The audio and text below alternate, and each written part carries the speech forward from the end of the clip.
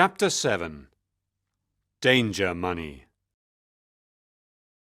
Shauna and Vanessa were in the back of the car.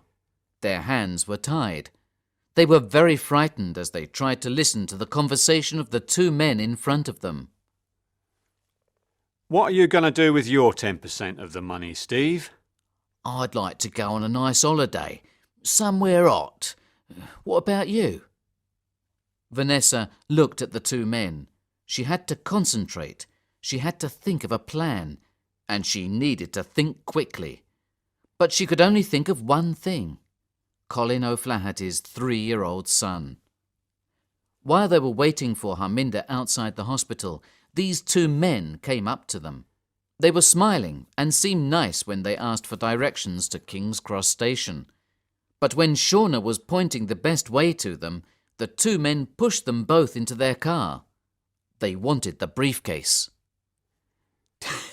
Did you see that crash between the lorry and the car with the plainclothes police?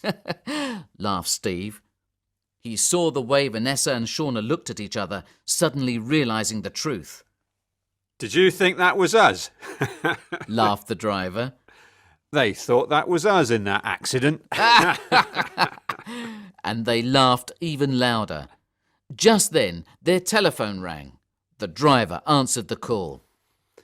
Yes, boss. OK. The old building in East London. Of course we've got the money. We're not stupid. And the two ladies. No, there were only two. What do you mean there's another one? You'll have to go and get her. Vanessa knew then what she had to do. Carefully, she pulled her mobile phone from her coat pocket and started to write a text message.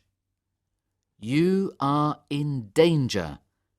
Men taking us to building in East London.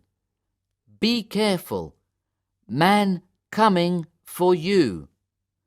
Go to police. S and V.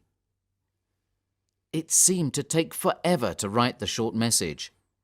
She took out the piece of paper with Harminder's number on it and typed 354-781-2330. Now she only needed to press send, and then Harminder could get help. Hey, what are you doing? Give me that! Steve turned around and tried to grab the phone. Vanessa tried to press send, but he was pulling the phone out of her hand. Leave her alone, shouted Shauna, pulling on his arm, trying to free Vanessa. The driver was looking at them and couldn't control the car anymore. Steve got out his gun, but Shauna pushed him and he dropped it. You stupid woman! He shouted as he looked desperately around his feet for it. Just then, a police siren sounded in the distance. Steve looked up and saw that a police car was blocking the road in front of them. Its blue light was bright in the dark evening. The driver pushed his foot down hard on the brake.